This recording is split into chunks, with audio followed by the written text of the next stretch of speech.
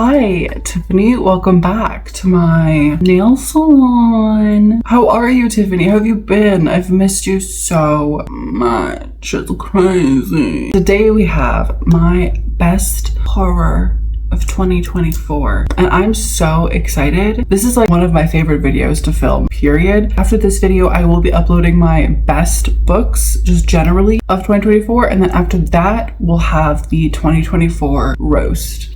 I haven't filmed it yet. I'm gonna buy some alcohol, I'm gonna get a little bit tipsy, and I'm going to eviscerate your favorite authors. And I can't wait to do it.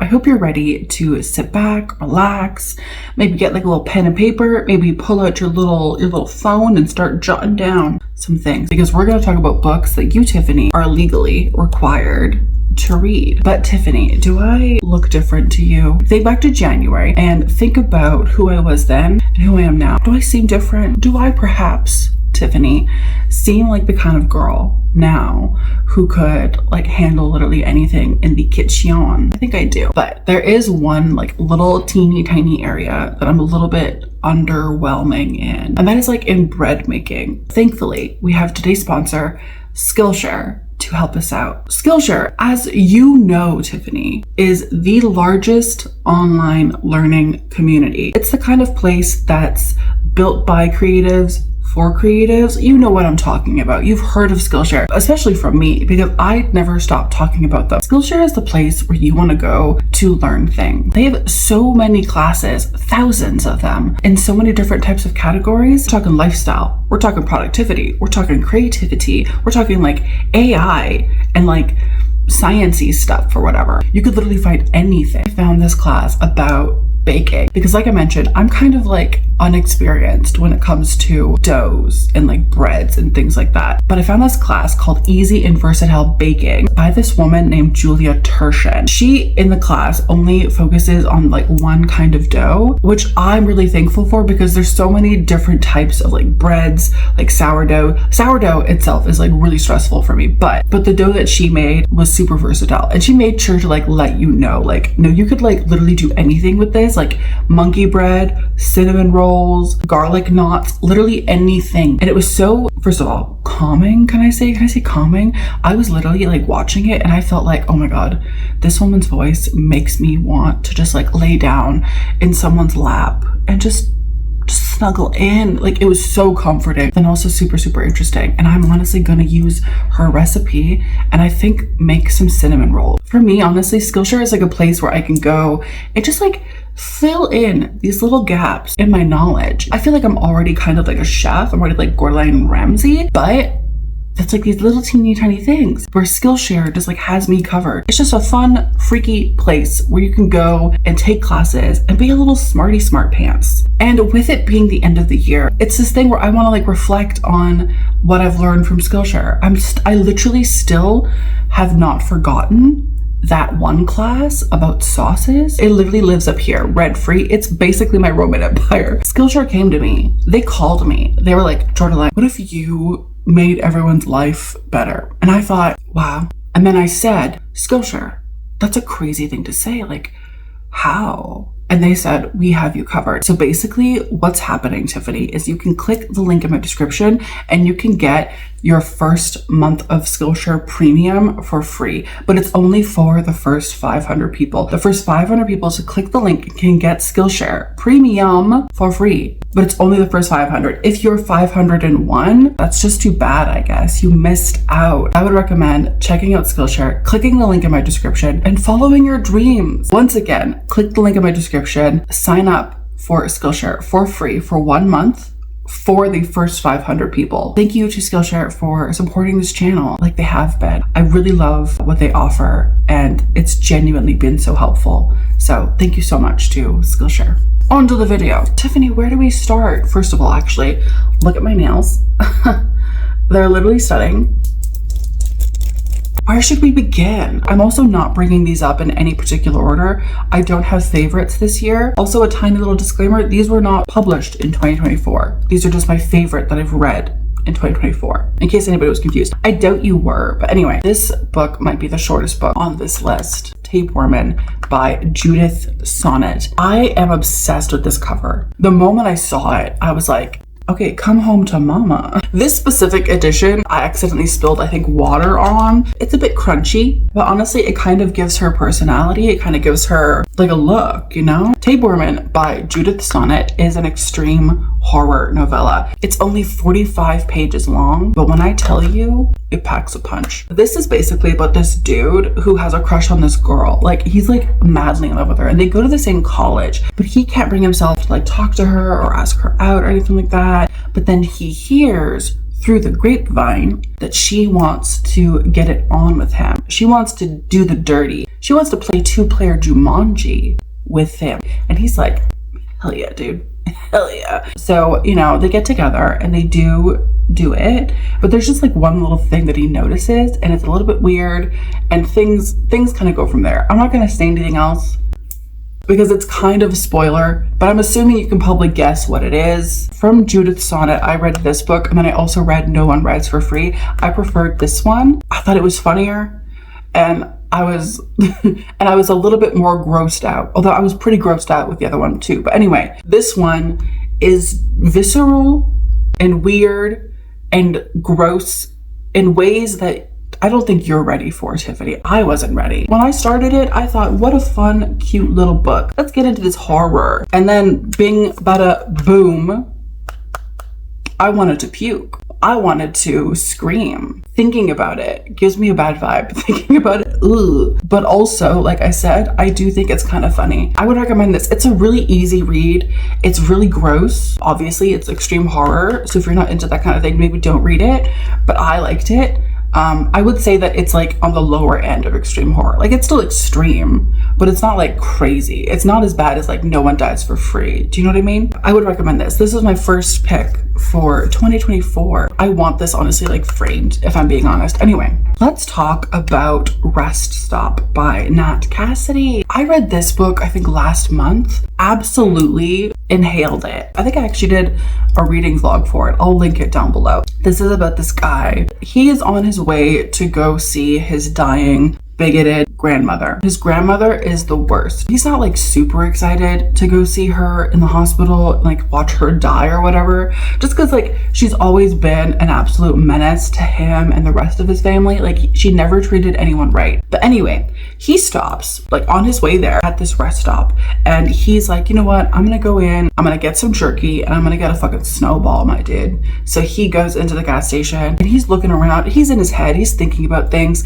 and then when he looks up, he notices that there isn't anyone else in the gas station. He sees that he's just completely alone. There's not even anybody working at the cash register. So he's like, that's really weird. And he gets a bad vibe. He gets a bad feeling. He's like, you know what?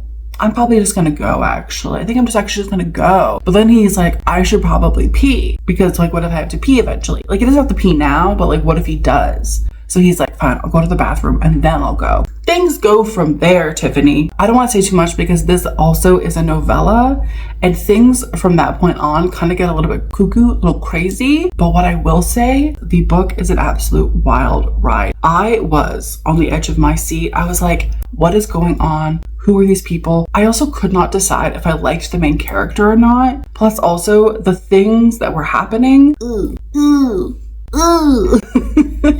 Do you know what I mean, Tiffany? Like, you know when you read a description of something in a horror book and you think, ugh. That was my face basically the entire time reading Rest Stop. Also, what I will say is the bad guy, pretty hot. He's pretty hot.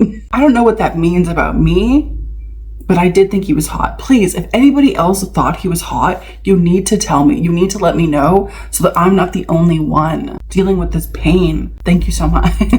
I also want to talk to you, Tiffany, about David Sodergren. I read 5 David Sodergren books this year. I have 2 on my list. I did like all of them, but these 2 were like the creme de la creme. These ones were the best ones. So if you haven't read any David Sodergren yet, you might want to start with these ones because they're my favorites. And I kind of have perfect taste, as you know. The first David Sodergren I have is The Forgotten island. The Forgotten Island might have changed my brain chemistry. Like, there was definitely some kind of split into the time-space continuum when I read this book. There was me before and there was me after. I've owned this book for years, never read it until this year, and I regret so much. In this, we are following Anna, who is in Thailand with her sister and her sister's boyfriend. Anna is very much like type A kind of girly. She likes to have a schedule. She likes to be organized. She likes to feel a certain way. Otherwise, she cannot be bonita. Anna and her sister, they have a night of partying, okay?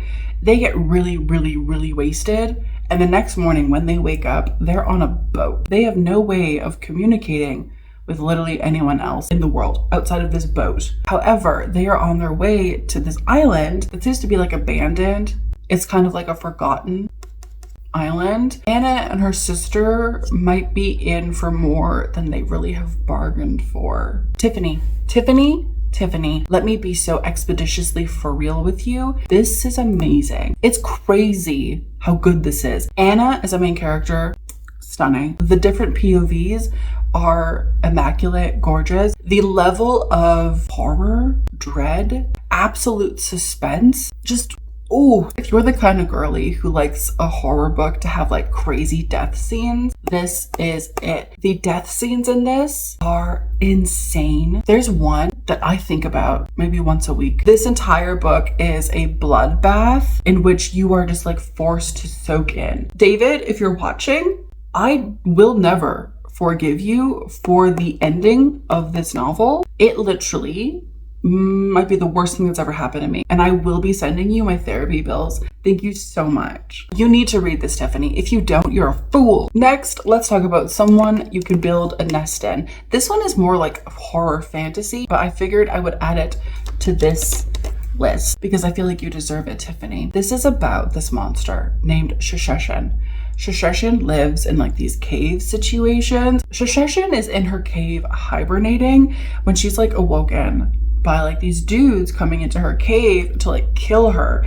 And she's like, not today, Satan. That's like not the vibe I'm going for. So she kills a few of them, as any woman would. Unfortunately, she kind of has to like make like a run for it. She kind of has to like book it. So she like runs, and long story short, she ends up in the care of this girl named Homily, who's like a human. When she first sees Homily, she's like, okay, this is actually like perfect though, because I can lay my eggs in Homily and those eggs can hatch inside of her and then eat their way out. And it's perfect. However, the more she gets to know Homily, the more she's like, wait a minute, maybe I don't want Homily to die. Maybe I want to kiss Homily or whatever. It's the weirdest book you will ever read. But it's so cute, it's so fun, and horrifying. Genuinely horrifying. It kind of reminded me of The Haar by David Sodergren, but I think I prefer this to The Haar. It almost has, in my opinion, a cozy horror kind of vibe, like a cozy fantasy horror mashup. When Shasheshan and Homily are on the page, there's just something easy about it. There's just something like kind of beautiful and cutesy and comforting and like, ooh, just like want to squish something kind of cute. But at the same time, it's kind of horrifying because Shasheshan's a fucking monster. If you're in that kind of space, Tiffany, you should check this out. Let's talk about Blood Cruise by Matt Strandberg. This is a giant book. It's a little bit over 500 pages. There is no audiobook, so you would have to like raw dog it in terms of like reading it. But this is so good. I read this in a few days and I was flabbergasted with just how insane it was. And I was like, I think I understand how disease works now. So I'm like kind of smarter for reading it too. Anyway, if you're sitting there, Tiffany, and you're thinking, what is that book about, Jordan? Let me tell you, you sweet Apple Watch.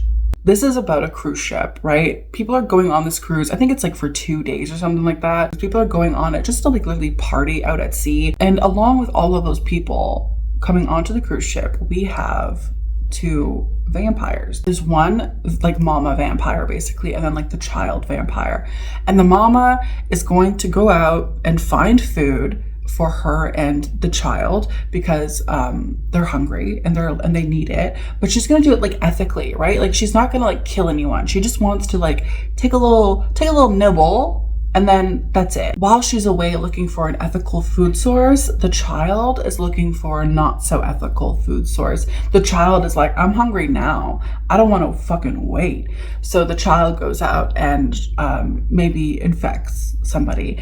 And from that one infected person, things just kind of go from there, Tiffany. I did not expect, honestly, this book to be so gory. I didn't expect it to be so filled to the brim with blood and guts. And not only that, bro, but like the absolute fear of these fucking vampires, because these aren't just like normal vampires.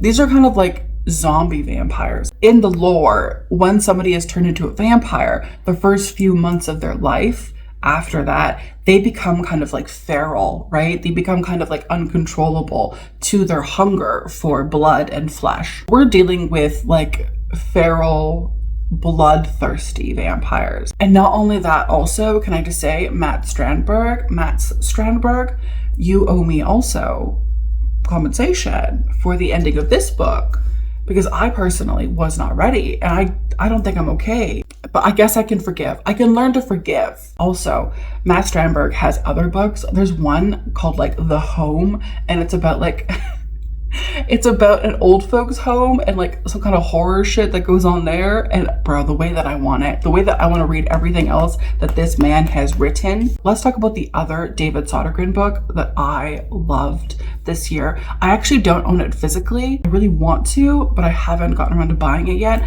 But that is The Perfect Victim. Tiffany, let me tell you something. The Perfect Victim by David Sodergren might be my favorite David Sodergren book. Period. You know that thing where like you get into bed and you're cozy or whatever, and then you're like, let me just do like a little thing, which is like a little thing. I did that with The Perfect Victim. I was in bed. I was like, time for nighty night. But then I was like, let me just like read a chapter or two from like just like a single book. And so I looked on my phone. It was on like Kindle Unlimited or something. And so I started reading it and I could not stop. I read it in one sitting, like half awake, in delirium. Okay, but I needed to know what was going to happen. And it was one of the best books I read this year. Obviously, it's on my best of. The Perfect Victim is basically about this girl who gets kidnapped along with her best friend. Her dad is like a politician or like really rich or something. The kidnappers are like, we want your dad to pay us a bunch of money. And then you can go home or whatever. But she gets kidnapped, but she realizes that she's probably going to have to get out of this herself. It's basically like Home Alone, but really fucked up. Some of the hardest to read, like horror, gore, body horror passages I've ever read. It personally, for me. And yet at the same time, glued to the page. Could not look away. Absolutely loved it, dude. And maybe it's me in my like girl power era and like my feminism era or whatever, but I just absolutely loved it. I loved watching this like teenage girl just have to like literally fight tooth and nail with these grown ass adults and like outsmart them on like every single level. It's just like, out of all of the books I'm going to recommend you, okay, out of most of the books I'm going to recommend you in this video, this is the one where I'm like, you need to read it because it's so much fucking fun. It's crazy. And it's like literally not even that long. I think it's probably like less than 200 pages long. You could read it in a single sitting. If I can read it half awake, you can for sure, Tiffany. I think you should do it. David, I honestly owe you for The Perfect Victim. I don't want to be like, oh, you owe me because of a... No. Please. I will give you literally anything you want for The Perfect Victim. I owe you. Okay, we're actually, you know what? We're even. Let's just say that. We're even. The Eyes of the Best Part by Monica Kim. This is a full-blown 360 slay. This is a full pussy pop, okay? I'm not even joking, Tiffany. This shit is so fucking good. The only thing wrong with it is that it wasn't more gay. The Eyes of the Best Part is about this girl named, I think, Jiwon. Jiwon lives with her mother and her sister. Her father literally ditched them. Like, he literally left. Like, basically was like, you know what? I'm tired of this family. I'm gonna go make another one somewhere else. Which is like maybe the shittiest thing anyone could ever do. You know, the book starts out and Jiwon is sort of apathetic about her thing. She hates her fucking dad, but you know. And then George comes into their life. George is dating Jiwon's mom. I've said it before and I'll say it again. If you're like, what should I imagine when I think of George? What should I think of? Think of a man, Tiffany. Think of the worst man. Think of any man, actually. And that's fucking George, dude. He is the worst. Like, okay, first of all, it's kind of weird because Jiwon's mom doesn't speak that much English.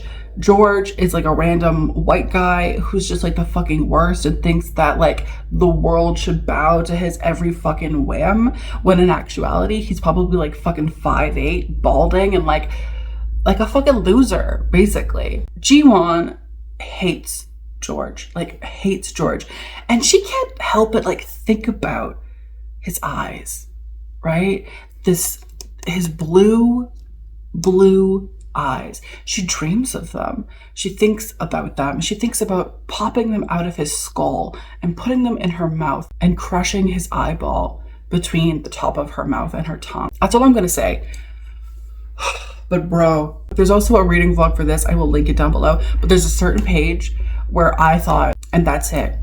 That's a wrap. We're done. It's over. The way that Monica King succinctly put so much just like oppression, hatred, and like entitlement is just absolutely, ugh. I said it in the vlog and I'll say it here too. There are some books that try to be this like girly pop feminism, like She Ate kind of vibe, that really kind of just like fall short for me personally. This made me reconsider things. This made me think about things. This made me consider, maybe, is cannibalism right for me? I love this book so much. And the only thing wrong with it, Monica, is the fact that it wasn't fucking gay. It should have been canonically gay, my dude. Let's talk about Incidents Around the House by Josh Malerman. This was also kind of a serve. I didn't expect it, Tiffany. I thought Josh Malerman is here and he's gonna like release a book and it's gonna be, you know what I mean? And then, to my surprise, it literally was like eating everybody up. And so I was like, wait a minute. Have I been underestimating Josh? The premise for this is very simple. We're following an 8-year-old girl. Her name is Bella. Honestly, actually, I kind of wonder if Josh named her after Bella Lugosi. Lugosi? This is about Bella. Bella's 8 years old. She's just a kid. She's just a girl. Her life is simple. She loves her mom. She loves her grandma. She loves Dado. Everything is fine. And like, maybe sometimes things can be a little bit spooky, a little bit weird when other mommy shows up, but like most of the time it's pretty chill. The only issue is that sometimes other mommy will be a little bit weird and be like, can I go into your heart? Bella has to like politely but firmly be like, no, you cannot. That's weird. Don't want that. But the thing is, other mommy isn't just gonna like take no for an answer. I read this in a single sitting, was obsessed with it. I think I was also like sleep deprived, honestly. But anyway, it's the kind of book that's just like a roller coaster. It's also so easy to read because of the way that it's written from Bella's point of view. A lot of it is very like choppy, and so it doesn't take long to read at all. And personally, me, I didn't mind the audiobook. I do know that there were a few people who were like, hate it because it's like narrated to sound like a child. It's like high octane horror. Other Mommy specifically is so scary. And not even just because she's like this creepy ghost thing,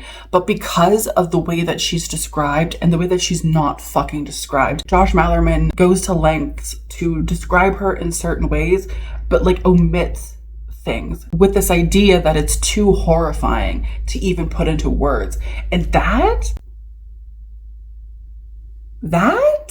Josh, I'm scared. Don't do that to me. I literally have chills just thinking about it. The idea of this thing being like inescapable, the idea of this thing like latching onto you and your family and not letting go and having nowhere to run, really, is like absolutely horrifying. Now, I will say, personally, I hated the last like 2%. Like the very, very end of this book, I fucking hated it. I hated it because it felt really rushed. It felt like he just wanted like a way out of the book. He just wanted to be like, okay, and now it's over. And I don't like that. I don't like that at all. Josh, I'm gonna let you know, I don't like it at all. So sorry, but I don't like it. But the other 98% of the book, stunning. Gorgeous. No notes at all. Literally slay. Josh published this and he said, me, pussy pop all over all of you?